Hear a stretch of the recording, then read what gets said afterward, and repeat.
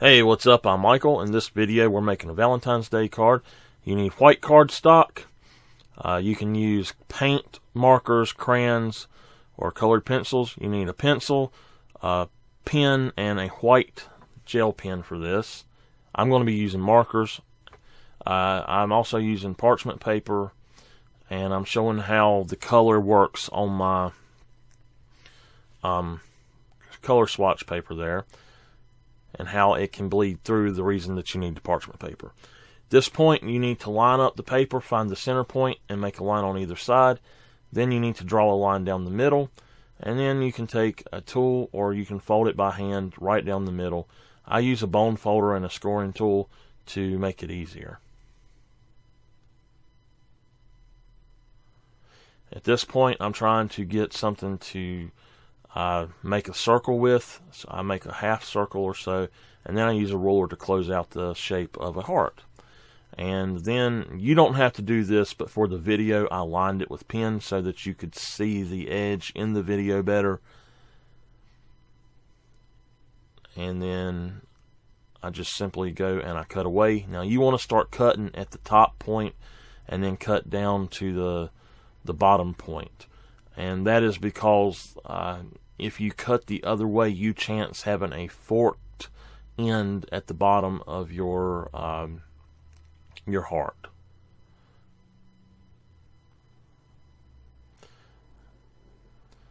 Now, I am going to outline the edge. Since I put pen on it, I'm going to outline around the entire edge. If you do this, do not move the paper at all until you have outlined the parts you want to, and then pick up your paper, use a napkin, and wipe up the excess ink before you move on to move it again. The reason is it will get on the inside of your card.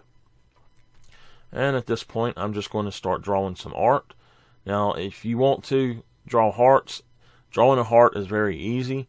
You draw one side of it, and then you draw a line down the middle, and then that will help you see where you need to draw the other line. I'm also going to draw a makeshift flower. I am not good at drawing flowers, so I came up with something that sort of looks what I thought might look like a Valentine's Day flower of some sort. And then I go in and I put letters in and the words in. Now, I always sign mine on the back and I say created by Michael.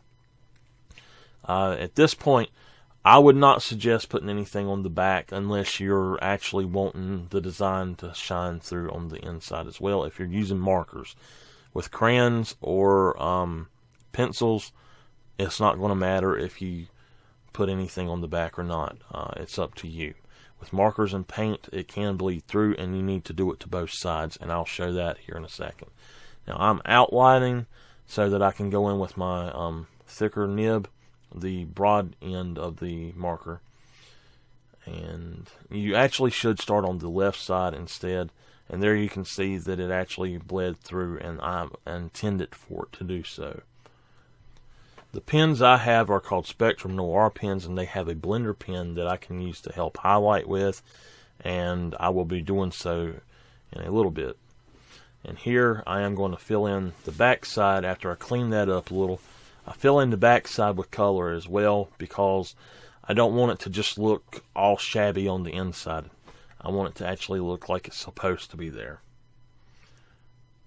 And I'm going to do the same thing to the other side. However, this one I don't have to do anything but add just the red at this moment.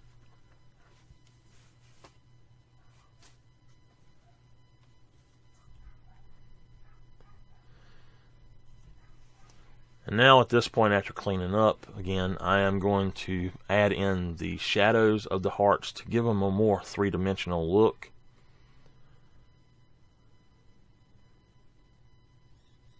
I just do that by adding a darker color with this set of markers. You can see it better on the large marker. And then I am going to use my colorless blender. I'm not sure if it's the same thing with the Copic markers, if it works the same way, but with the Spectrum Noirs, it pushes the pigment through the paper and allows you to highlight. The only thing is you need to go back in and blend with another color.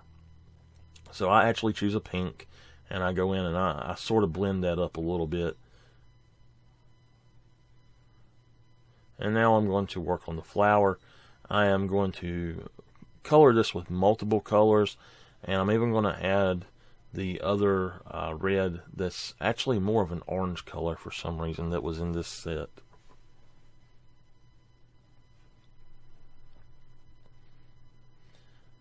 And as I do this, I'm going on and darkening and highlighting as well.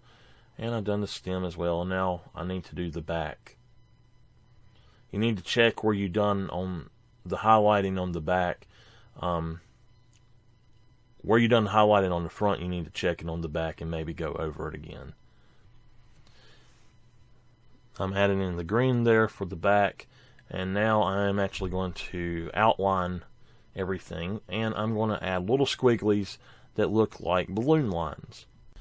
After the squigglies, I go back and I use a white gel pen to put in highlights, which makes it look excellent. I love the way that makes it look all together. And then what I do after that is simply go in and I write my message on the inside of the card. I would suggest if you do it this way, the same way I done it, use the heart that's on the inside to write part of your message, and then around that write the rest of your message and then sign it. And that's it. Thank you for watching.